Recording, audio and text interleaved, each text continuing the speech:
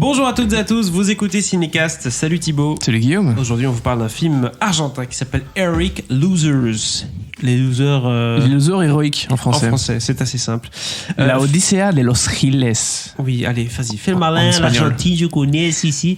Un film de Sébastien Borenstein avec Ricardo Darín, et c'est peut-être pour ça qu'on en parle d'ailleurs, puisque tu es fan inconditionnel de Ricardo Darín. En tout cas, tu m'en parles beaucoup. Je pense pas que j'en ai beaucoup parlé dans Cinécast, par contre, mais dans Cinécast, non, je pense pas. Ah oui, ouais. Je pense pas qu'on ait parlé de beaucoup de films argentins. Hein. Ah, quand même, si on a un auditeur qui est fan au point d'aller regarder tous les films où Ricardo Darín apparaît. J'ai pas l'impression, mais oui, je suis un énorme fan de Ricardo Darín, c'est un de mes acteurs préférés ever de toute l'histoire du cinéma, sans aucun doute. Bah voilà, rien que pour ça, ça vaut déjà la peine forcément d'en parler avec Luis Brandoni aussi et Chino Darín. Fils de Ricardo. Fils de Ricardo pour le coup. Ça parle de quoi ? Ça parle d'une petite ville non loin de Buenos Aires où ça va pas trop. Surtout parce qu'il y a eu la crise de 2001, donc du coup, niveau financier, on n'est pas au top du top, hein, très clairement. Et donc, un petit groupe de personnes va rassembler de l'argent pour acheter des silos abandonnés. Peux-tu nous expliquer un peu déjà quel est ce concept-là avant qu'on écoute la bande-annonce des silos abandonnés, de quoi s'agit-il concrètement ? Ce sont des silos de ferme, quoi, tu vois. Ah, les silos de ferme, parce qu'il peut y avoir d'autres types de silos. Donc, non, mais donc les villageois veulent créer une coopérative pour relancer l'économie locale, voilà. Donc ils achètent des silos de ferme abandonnés, mais rien ne se passe comme prévu. Je propose qu'on écoute un extrait de la bande-annonce. Según el diccionario, Gil es una persona lenta, a la que le falta viveza y picardía. Aunque ya sabemos que es laburante, tipo honesto, gente que cumple las normas, terminan siendo sinónimos de Gil. Pero un día, el abuso al que estamos acostumbrados los Giles se convierte en una verdadera patada en los dientes. Y uno dice, basta. Vous n'avez sans doute rien compris à la bande-annonce, mais c'est pas grave. Au moins, il y a eu l'atmosphère. Écoute, moi j'ai tout compris. Oui, toi, t'as tout compris. Merci. Mais t'as passé combien de temps en Argentine que tu sais parler J'ai vécu 6 mois en Argentine. Voilà. Et c'est là que j'ai découvert tout mon amour pour Ricardo Darín, grand acteur argentin. Voilà. Pour le cinéma argentin. D'ailleurs, il a plusieurs de ses films sont avec de Sébastien Borenstein, qui avait fait en 2011 Un Cuento Chino, sorti en France sous le titre El Chino, parce qu'ils étaient incapables de mettre le chinois. Tu sais, c'est les Français. On va pas reparler des traductions de titres par les Français. On a beaucoup d'éditeurs français, donc il faut. Film qui avait connu un remake il y a quelques années avec Benoît Poelvoorde. Je sais pas, ça s'appelait 7 jours pas plus. Voilà. Bref, il y a eu un remake de ce film argentin avec Benoît Poelvoorde. Ok. Et puis ils ont fait ensemble aussi Koblik. Et puis maintenant, les losers héroïques. Voilà. Très bien. Et donc les losers héroïques, on a cette bande qui achète des silos et concrètement, on va pas en dire plus ou on peut donner plus d'informations ? Non, on peut donner plus d'informations. Donc voilà, il y a un groupe de villageois qui se rassemblent pour essayer de mettre sur pied cette coopérative.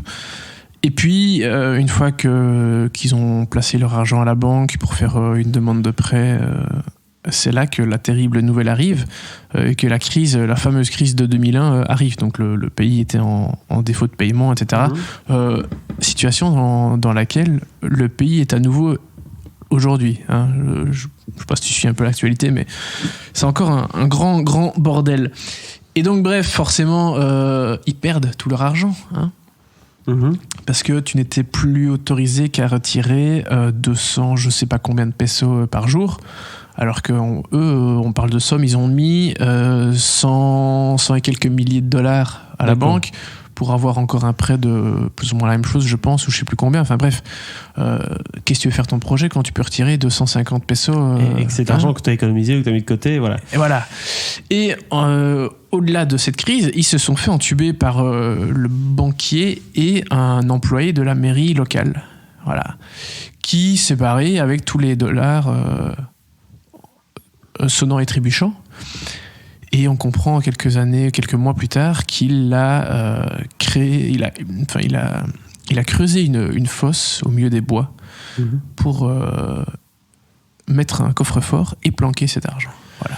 Et donc, quand ça va remonter aux oreilles de ceux qui se sont fait entuber. Oui. Et c'est là que les choses vont commencer. Ocean's 11, baby. Ocean's 11, film de casse en Argentine en pleine crise. C'est ça. Écoute, ça. pourquoi pas. Du coup, on a quoi? On a un mélange entre d'un côté le drame, le film d'aventure, le film de comédie aussi ou... Ouais, bah bien. Il y a un mélange de genres, il y a un peu de tout, effectivement. Drame, comédie, un peu thriller parfois. Il y a un peu de tout. C'est assez plaisant parce que tu te laisses prendre au jeu. Forcément, c'est. Tous les films de casse, en général, tu prends rarement. T'as rarement du déplaisir en regardant ce genre de choses. Oui, il y a une formule qui, quand on l'applique bien, est toujours plaisante, quoi. Voilà, c'est ça. Et puis, dans ce genre de film, c'est toujours la même chose. Il y a des choses qui fonctionnent, des choses qui ne fonctionnent pas au niveau du plan, de la mise de l'exécution du plan. Donc forcément, il y a pas mal de rebondissements. Certains qui sont très dramatiques, d'autres qui sont très drôles. Donc voilà, tu as une chouette aventure, en fait, qui se déroule avec des super personnages, quoi. Ouais, qui fait quoi, etc. Voilà. Les rôles. Oui, bah oui. Et puis les acteurs aussi, donc. Tout à fait. Mais disons un mot des acteurs du coup du casting de ce film-là, qui à mon avis est sa force. Ricardo, que dire C'est le plus grand. En Argentine, c'est vraiment considéré comme, j'exagère un petit peu, mais presque comme un dieu, quoi. C'est vraiment le grand acteur. Ouais. Alors il y a un film de Ricardo Darín au cinéma, il faut aller le voir, quoi. Ouais, c'est ça. Alors chez nous, il n'est pas si connu que ça. Il y a relativement peu de films avec lui qui sortent chez nous.